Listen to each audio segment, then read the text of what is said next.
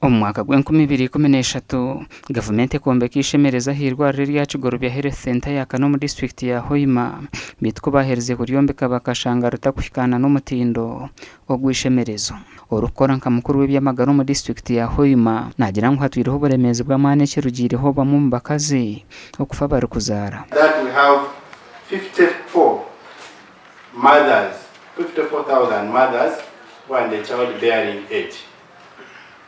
And with that population, we've been receiving very many mothers who require cesarean section services. Ishemereze ryombekerwe banka ya Uganda kandi rirumwe bikwato byona. And as I talk now, we have so far, as of today, we have 20 mothers that were successfully operated. And these mothers operated, we have a major issue of an anesthetic officer, but we just source whom we facilitate.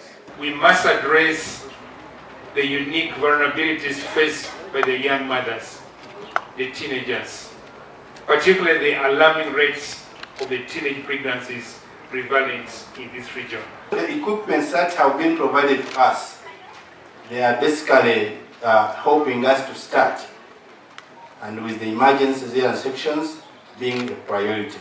Dr. Diana Atwine umuhandiki w'enturo mu kitongore cy'ebyamagara ahamukoro gwo kayishemereze arabwira abashaho abarukwebuzabuza hamerumo ngo bariye n'ururya. If we get evidence that people are paid salary and they are not working, then we'll come forward without favor or fear. So, my sweet ladies and gentlemen, let us focus on working. We request that when our request for elevation of this health facility to a district hospital comes on your table, we request that you bless it and also support us through, so that the quantity of drugs being supplied can increase with the increase of the level of the facility.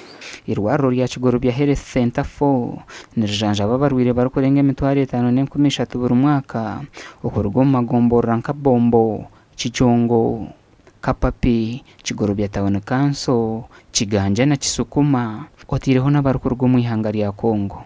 Gashakwanwaga ba Ambrose Katoto.